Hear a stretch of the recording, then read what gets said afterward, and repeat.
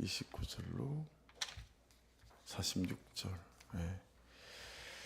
아론의 성에는 후에 아론의 아들들에게 돌릴지니 그들이 그것을 입고 기름 부음으로 위임을 받을 것이며 그를 이어 제사장이 되는 아들이 회막에 들어가서 성소에서 섬길 때에는 이레 동안 그것을 입을지니라.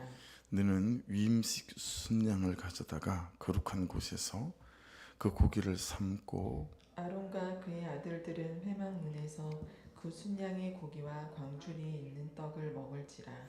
그들은 속죄물 곧 그들을 위임하며 그들을 거룩하게 하는 데 쓰는 것을 먹되 타인은 먹지 못할지니 그것이 거룩하기 때문이라.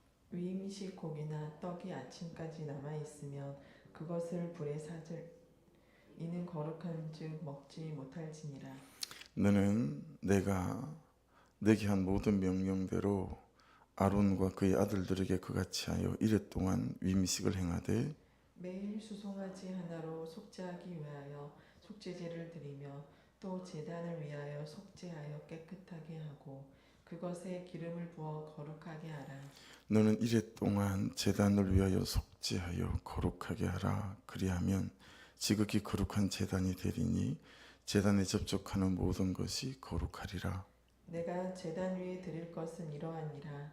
매일 1년 된 어린 양 2마리니 한 어린 양은 아침에 드리고 한 어린 양은 저녁 때에 드릴지며 한 어린 양이 고운 밀가루 10분의 1에 와 찌은 기름 4분의 1 흰을 더하고 또 전제로 포도주 4분의 1 흰을 더할지며 한 어린 양은 저녁 때에 드리되 아침에 한 것처럼 소재와 전제를 그것과 함께 드려 향기로운 냄새가 되게 하여 여호와께 화제로 삼을지니 이는 너희가 대대로 여호와 회막문에서 늘 드릴 번제라.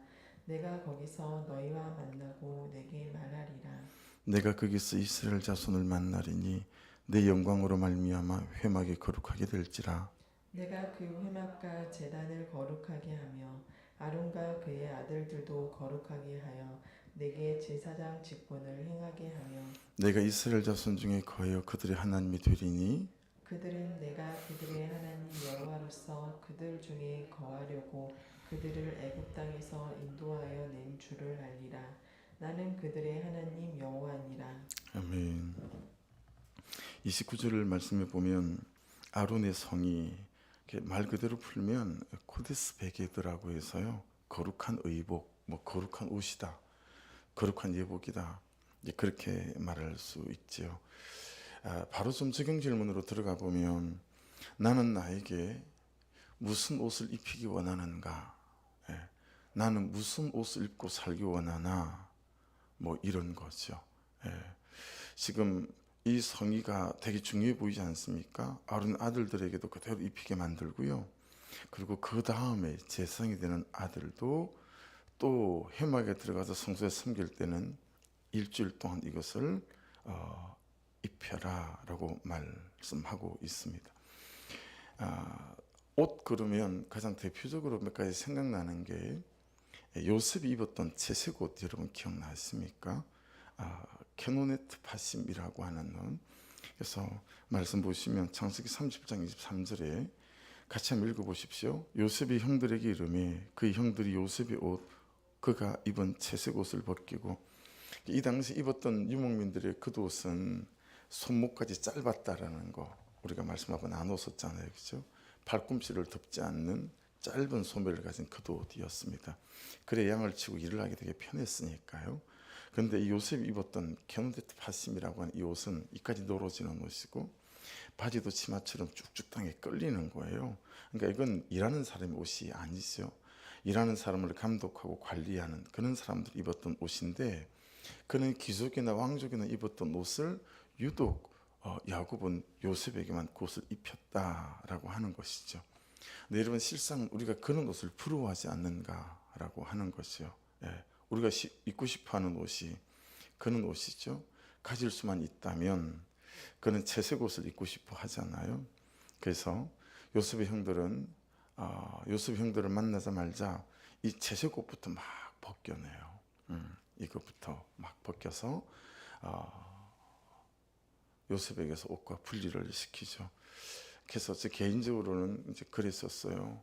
구원, 그 구원 때문이라고 말하면서 사실은 목회적 성공이라고 하는 채색옷, 사람들로부터 인정받는 목사라고 하는 그런 평판의 채색옷, 이는 숫자적 성장이라고 하는 채색옷, 그게 너무 오랜 시간 동안 저희 추구였고 저희 의미였고 이게 완전히 싹구 목사죠. 그것을 위해서 제 인생을 막 갈아넣는. 그래서 좀 피곤해지고 잠이 좀 부족해질 때마다 이제 몸이 이렇게 좀 어려워진 게 정말 진심으로 말씀 앞에서 살아왔던 그 삶 때문에 그랬다면 모르겠으나 이런 요셉이 입었던 채색옷 입고 싶어가지고요. 그렇게 거기에 내 인생을 갈아넣느라 이렇게 몸이 좀 상한 것 때문에 몸이 아플 때마다 이제 죄가 보이는 거죠. 죄송한 거죠. 근데 여러분 또 누가복음에 보면 유명한 또 부자의 옷이 있어요. 누가복음 16장 19절의 말씀 보시면 한 부자가 있어 자색 옷과 고운 베옷을 입고 날마다 호얗게 즐기더라. 이 자색 옷이란 옷은요 포르피라라고 하는 옷이에요. 자줏빛 의복이란 뜻도 되지만 태평양, 대서양, 인도양 같은 깊은 바다에서 잡는 손바닥만한 뼈거든요. 이 생선 안에 있는 피가 아니고 이 생선의 등뼈인데 여러분 이 생선의 등뼈는요 얼마나 가늘겠어요. 손바닥만 하니까 그 등뼈 안에 있는 피만 추출해서 그 깊이에 물들인 옷이 이 자색 옷이에요. 그러니 이건 값으로 따질 수가 없는 엄청나게 비싼 옷이에요. 뭐 여자분들 스타킹 하나에 뭐 70만 원짜리가 있고 120만 원짜리가 있다면서요. 그러니까 이 자색 옷은 어마어마한 돈인 거예요. 그런 옷이에요. 고운 베옷도 비소스라고 해가지고 금값보다 비싼 옷감이란 말이에요. 예. 근데 여러분 히브리서 11장 1절에 가면 1장 11절에 가면 이렇게 말씀해 놓은 말씀이 있어요. 그것들은 멸망할 것이나 오직 주는 영존할 것이요 그것들은 다 옷과 같이 낡아지리니 그는 세상적인 입고 싶어하는 옷들은 다 낡아져 없어질 거다라고 하는 거예요. 반면에 예수님이 입었던 옷 한번 보실래요? 요한복음 19장 2절인데요. 군인들이 가시나무로 관을 엮어 그의 머리에 씌우고 자색 옷을 입히고 이 자색 옷은 포르피리오스 히마티온이라고 하는 옷인데 말입니다. 요한복음 19장 그 밑에 있는 23절에 보면 말씀이 이렇게 되어 있어요. 군인들이 예수를 십자가에 못 박고 그의 옷을 취하여 네 깃에 나누어 각각 한 깃씩 갖고 썩옷도 취하니 이 썩옷은 호지 아니하고 위에서부터 통으로 짠 것이라. 군인들은 서로 말하되 이것을 찢지 말고 누가 얻나 제비 뽑자 하니 이는 성경에 그들이 내 옷을 나누고 내 옷을 제비 뽑나이다 한 것을 응하게 하려 함이라. 군인들은 이런 일을 하고. 그러니까 여러분 예수님 입은 옷은 어떤 옷이죠? 우리의 구원을 위하여 죄인의 옷을 입으셨다라는 걸 알 수 있고 정말 사람들이 조롱하는 조롱의 옷을 입으셨다라고 하는 것들을 알 수 있어요. 그래서 여러분 우리가 입어야 하는 옷, 아론과 그의 아들들이 입어야 하는 거룩한 성의가 있었다면 우리가 입어야 하는 옷을 우리가 창립 본문으로 붙잡고 있는 이사야 61장 10절에는 이렇게 말씀하세요. 내가 여호와로 말미암아 크게 기뻐하며 내 영혼이 나의 하나님으로 말미암아 즐거워하리니 이는 그가 구원의 옷을 내게 입히시며 공의의 겉옷을 내게 더하심이 신랑이 사모를 쓰며 신부가 자기 보석으로 단장함 같게 하셨습니다. 우리가 입어야 될 옷은 구원의 옷이라는 거예요. 그리고 거기 공의의 겉옷은 삶을 말하는 것입니다. 여러분 구원의 겉옷도 입으시고 우리의 삶이 말씀을 따라가는 삶의 옷도 저와 여러분의 옷이 될 수 있기를 주의 이름으로 축복합니다. 그러면 우리가 이런 옷을 입어야 하는 이유는 뭘까요? 자, 마가복음 11장 7절에 이 뜻도 잘 나와 있어요. 나귀 새끼를 예수께로 끌고 와서 자기들의 겉옷을 그 위에 얹어 놓으며 예수께서 타시니. 그냥 이해되시죠? 예수께서 나귀를 탈 수 있도록 그들의 겉옷을 벗어서 예수님이 타실 수 있도록 나귀 위에다 겉옷을 이렇게 펴서 얹었어요. 여러분 우리의 삶이라고 하는 옷이나 인생이라고 하는 옷은 말입니다. 하나님을 사랑하고 예수 그리스도의 그분의 뜻과 능력이 이 땅 가운데서 온전히 펼쳐지고 실현되어 있도록 그분이 타시던 나귀 위에 펼쳐놓았던 겉옷처럼 저와 여러분의 인생이란 겉옷이 그렇게 잘 쓰임받는 은혜가 있기를 주 이름으로 축복합니다. 그래서 아론은 죽어도 성인은 남아서 후대에 계승되어져서 그 후손들이 제사장의 직분을 잘 감당해 나가는데 쓰임 받잖아요. 그래서 나에게도 그러하지만 또 나의 이 삶은 나의 자녀들에게 무엇을 남길까? 내 주변에 있는 사람들에게 무엇을 남길까라고 하는 거죠. 이 삶은 곧 이 옷은 이 삶을 얘기하는 거라고 말씀이 깨달아지니까 말이죠. 그래서 우리의 오해는 학교에서 가르치는 것이 내 아이의 삶이 될 것이다라는 오해이죠. 그건 단지 지식일 뿐이잖아요. 자녀들의 삶을 만들어내는 건 나의 삶이라는 옷이 아닐까, 그렇죠? 내가 자녀들에게 보여주는 내가 예수를 믿어가는 방식, 내가 예수님을 예배하는 방식, 내가 삶을 살아가는 방식이 우리의 자녀들의 삶을 만들어가지 않을까에 대해서 일찍부터 말씀을 잘 따라 살지 못한 삶에 대한 후회가 있지만 우리가 시작했기에 또 이 삶을 통해서 그래서 나는 신앙을 전수하는 사람인가, 또 나는 그리스도의 삶을 전수하는 사람인가, 우리가 잘 적용 질문을 좀 던져봐야 될 그런 말씀이다 싶습니다. 여러분 31절 32절에 보시면 이제 거룩한 곳에서 고기를 삶아야 하고요, 회막문이 어제 말씀부터 계속 자꾸 나와요. 32절에 보십시오. 아론과 그의 아들들은 회막문에서 꼭 그 순양의 고기와 강줄에 있는 뜻을 먹을지니, 그렇게 말씀하고 있습니다. 자, 회막문은요 오헬 모에드라고 하는데 여호와께서 모세를 만나는 장소였습니다. 여호와께서 모세를 만나는 장소. 그래서 출애굽기 33장 7절에도요, 좀 이따 가면 나오겠죠. 모세가 항상 장막을 쳐여 진 밖에 쳐서 진과 멀리 떠나게 하고 회막이라 이름하니 여호와를 앙모하는 자는 다 진 바깥 회막으로 나가며 그랬어요.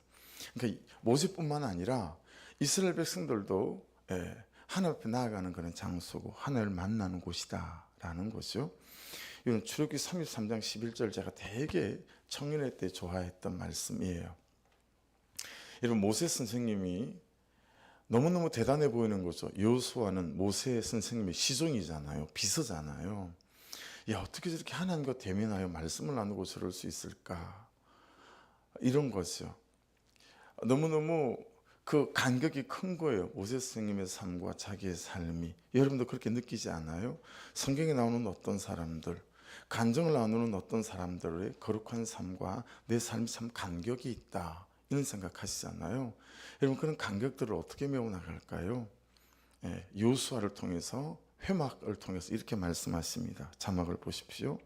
사람이 자기의 친구와 이야기함 같이 여호와께서는 모세와 대면하여 말씀하시며 모세는 진으로 돌아오나 눈의 아들 젊은 수종자 여호수아는 회막을 떠나지 아니하니라. 이게 여러분 여호수아가 인생의 간격을 메워가는 방식이었습니다. 회막을 떠나지 않는 거예요.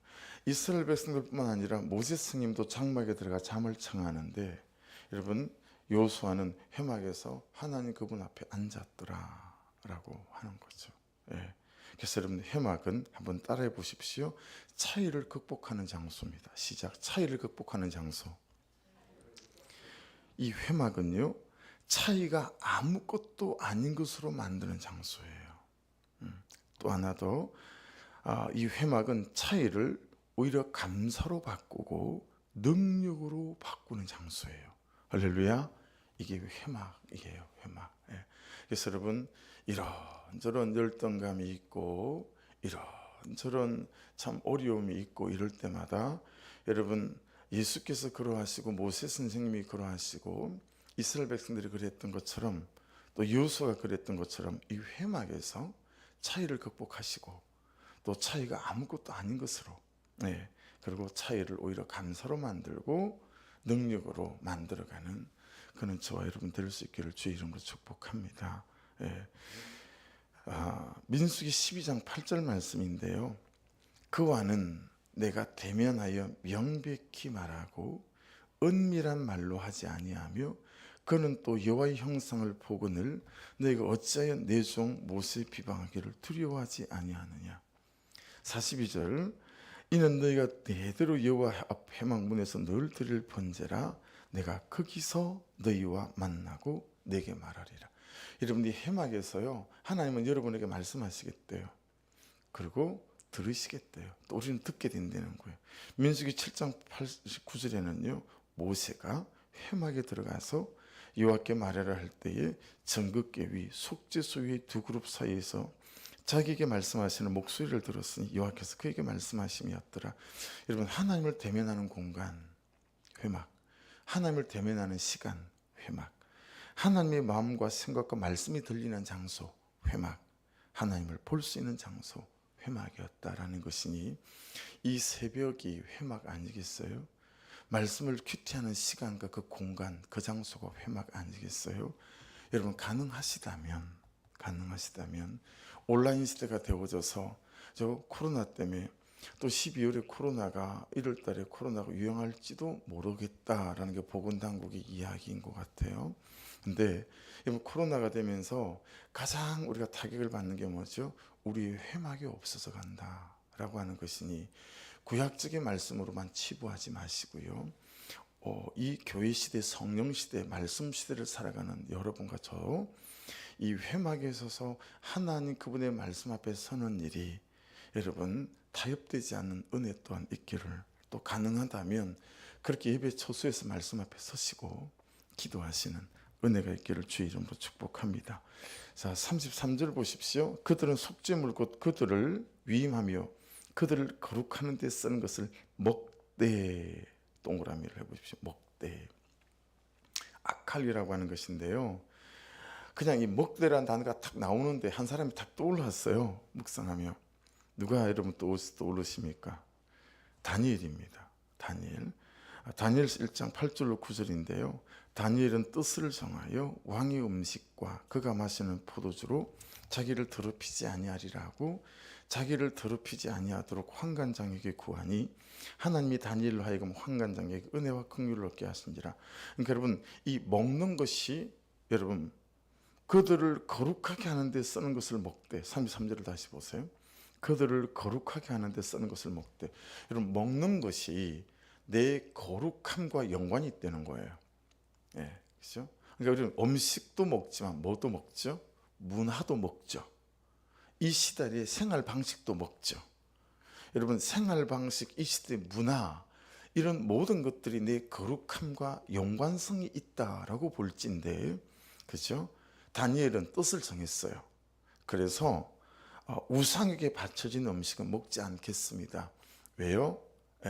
여러분, 예수 그리스도의 이름과 예수 그리스도의 보혈은 이런 우상 앞에 바쳐진 짐을 먹는다고 하여 우리가 더럽혀지고 그럴 정도로 우리 예수 이름의 권세가 작지 않아요. 그럼에도 불구하고 계속 말씀에 나오는 영향력, 약한 영향력들을 나에게 허락하는 것들을 보고 듣는 것들을 피하는 것이 옳다라고 하는 것을 깨달을 수 있으니, 여러분, 거룩함을 방해하는 것을 먹고 보고 듣는 것들에 대한 경계가 우리에게 필요하겠죠. 그러니까 제가 저번에도 말씀드렸지만 금요일 예배를 마치고 지역을 위해서 기도할 때, 쭉 문산을 돌고 할 때요, 그냥 어느 날은 갑자기, 여러분, 제가 옛날에 딴따라 아니었습니까? 그랬으니까 그 그룹 사운드 팀에서 듣던 노래, 부르던 노래, 이런 게 그냥 입에서 흥얼거려질 때가 있어요. 그러면 또 이게 아주 찰진 맛이 있어요.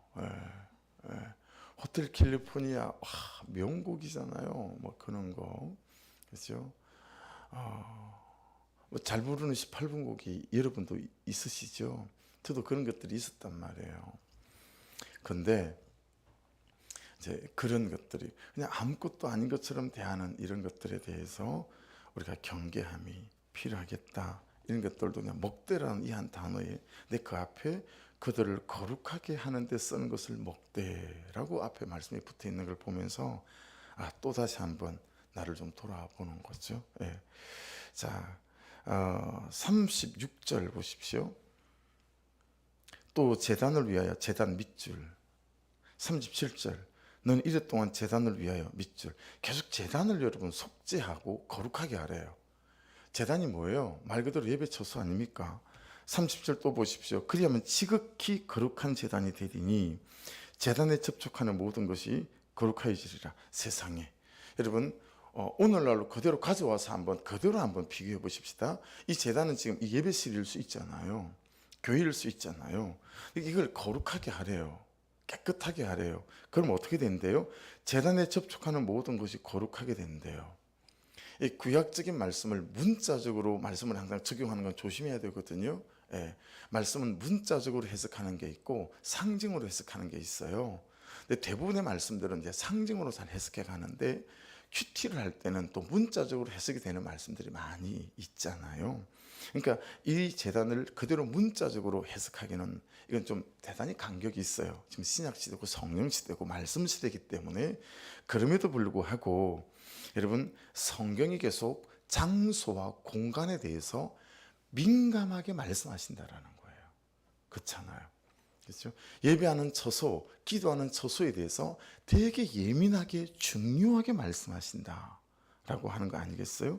그래서 제단은 미즈베아라고 하는데 구약에 볼 때는 이게 한 5가지 제단이 있어요. 제일 처음 나오는 게 돌제단이 있습니다. 그 다음에는 토단도 있습니다. 토단도 흙으로 만든 제단이 있고요. 나무로 만든 제단도 있고요. 노수로 만든 제단도 있고요. 그리고 금으로 만든 제단도 나와요. 출애굽기에 보면. 그러니까 이런 5가지 종류의 여러 제단들이 있거든요. 근데 여러분 제단과 항상 어떤 사건이 붙어 있는 말씀이 성경에는 수두룩하게 나와요. 한 몇 가지만 소개해드리면 창세기 33장 20절에 보면 세겜에 있는 야곱의 제단이라는 게 나오는데 이 야곱의 제단은 뭐냐면 엘로 이스라엘 들어보셨죠? 하나님, 이스라엘 하나님, 내 하나님. 야곱의 제사 예배하면서 그 제단을 그 제단 이름을 그렇게 붙였어요.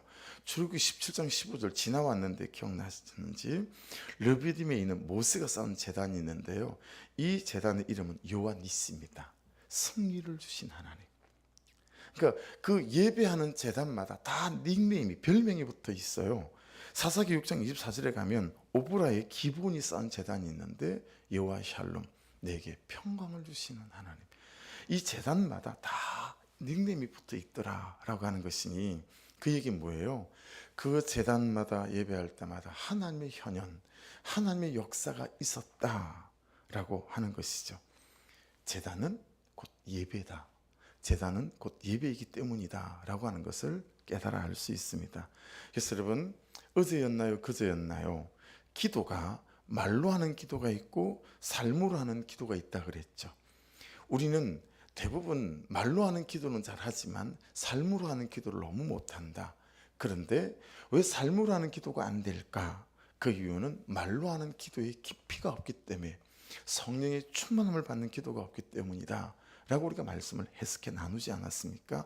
예배도 그와 동일합니다. 여러분 성전에서의 예배는 반드시 삶의 예배로 완성이 돼야 됩니다. 우리는 이원론적으로 그동안 이 그노시즘 영지주의에 쏘가와서요 예배 처소 예배하면 그게 전부인 줄 알았어요. 그래서 우리가 실패해 왔던 거예요. 여러분 예배는 삶의 예배로 연결되어져서 그게가 예배 완성이에요. 이게 이론론입니다. 여기서 드리는 예배와 삶의 예배가 하나도 다르지 않다. 이게 이론론이거든요. 그래서 여러분 사무엘상 15장 22절 말씀을 들어보십시오.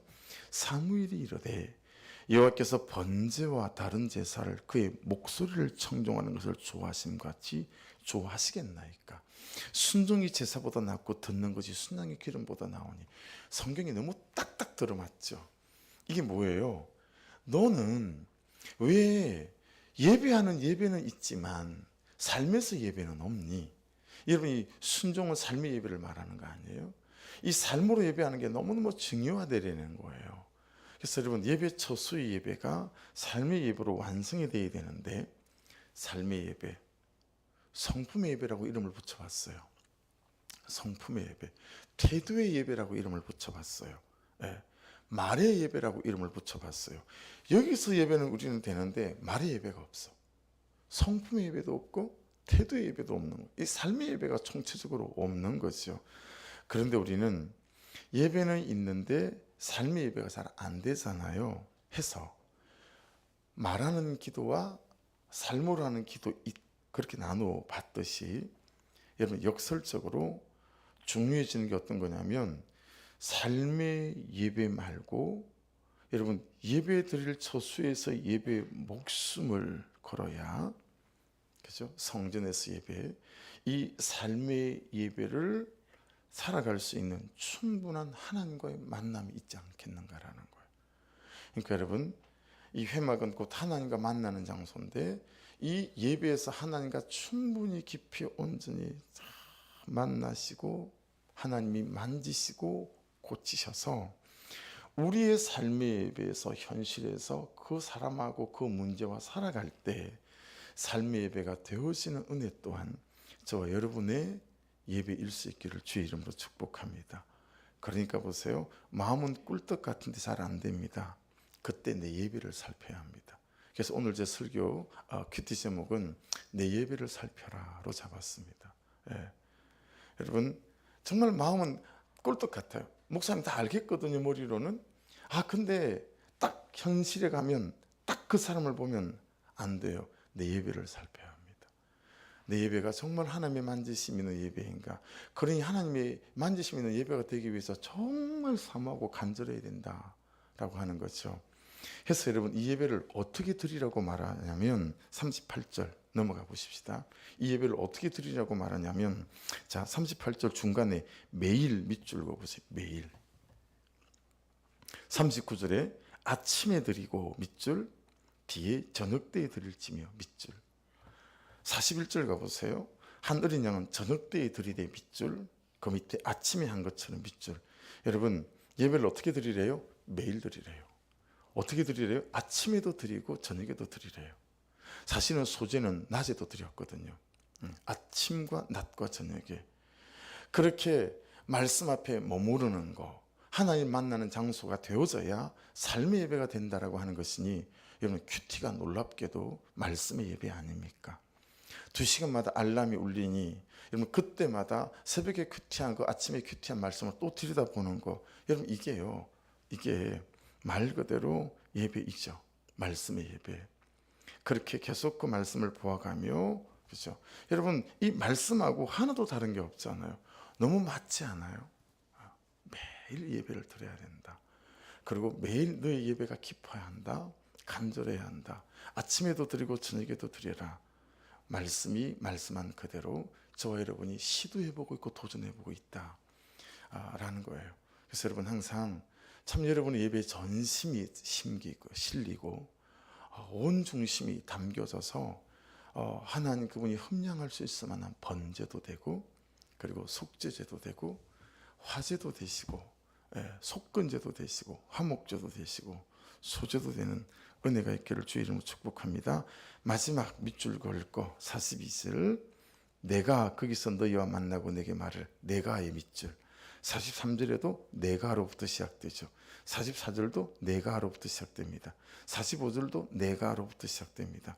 46절도 그들은 내가 밑줄이죠. 내가 거기서 너희와 만나고 말하라. 내가 거기서 이스라엘 자손을 만나리니 내가 그 해막 그 제단을 거룩하게 하며 내가 이스라엘 자손 중에 거하며 내가 그들의 하나님 여호와로서 그들 중에 거하려고 그리고 46절 마지막 나는 그들의 하나님 여호와니라. 여러분 하나님이 하신대요. 그렇죠? 그리고 46절 보십시오. 애굽 땅에서 이스라엘을 인도해 내신 이유가 뭐예요?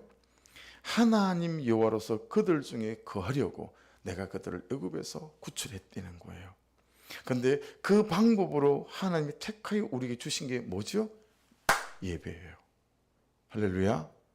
엄청난 거죠, 예배가. 그렇죠? 이스라엘을 애굽에서 구출해낸 이유가 내가 하나님인 내가 너희 중에 거하기 위해서 내가 너희를 구출해냈다는 거예요. 그래서 내가 너희들 중에 거하는 방법으로 준 게 뭐냐면 예배다. 그게 장소가 어디예요? 회막이다 라는 거예요. 그러니 거기서 깊이 만나서 너희가 삶으로 예배가 완성되게 해라 라고 말씀하시는 것이니까요. 오늘 이 말씀이 저와 여러분에게 잘 이해되고 새겨지고 또 적용점들이 생겨서 내 예배를 돌아보십시오. 여러분 토요일 날 8시 나와서 내일 예배를 위해서 기도하는 거 간단치 않아요. 그래서 몇 사람 나오지 않아요. 그런데 여러분 이 말씀의 강조점을 보면 여러분이 토요일에 와서 20분 30분 내가 주일날 받을 은혜를 위해서 기도하고 가는 거 여러분 꼭 해야 될 일 아닐까요? 그만큼 중요한 부분이다라는 걸 깨달을 수 있어요. 예배는 전부예요. 정말 예배 가운데 붙어 있어야 되고요. 정말 피 흘리기까지 살아 있어야 될 중요한 이유 중에 하나, 예배 붙어 있어야 될 이유가 이제 이런 데 있는 거죠. 여러분들의 예배가 잘 점검되고 여러분의 예배가 잘 준비되어지셔서 토요일 날 TV 앞에 어디 놀러 가는 것 앞에 그러고 난 다음에 멍한 중심으로 주일 예배 가운데 들어오는 분들이 아니라 정말 토요일 저녁부터 구별해서 내일 받을 은혜를 위해서 사모함으로 준비되어졌다가 주일날 하나님 저 왔어요. 하나님 저 오늘 그냥 보내시면 안 돼요. 하나님 오늘 예배 가운데 저를 살려주세요. 하나님 예배 가운데 저를 만나주세요 라고 절박한 간절함이 그에 드려지는 예배들이 되어져 간다면, 이 새벽에 그런 예배가 되어져 간다면 여러분과 제 안에 말씀이 삶이 되어져 가는 삶의 예배가 계속 우리도 우리 예배마다 별명이 붙지 않을까요? 아, 그 문제를 해결해 주신 예배, 내 죄를 깨닫게 하신 그 예배, 그런 예배가 저와 여러분에게 일생 있기를 주의 이름으로 축복합니다. 주의 한번 부르고 말씀 붙잡고 기도하시고 선교사님들 놓지 마시고 기도해 주시고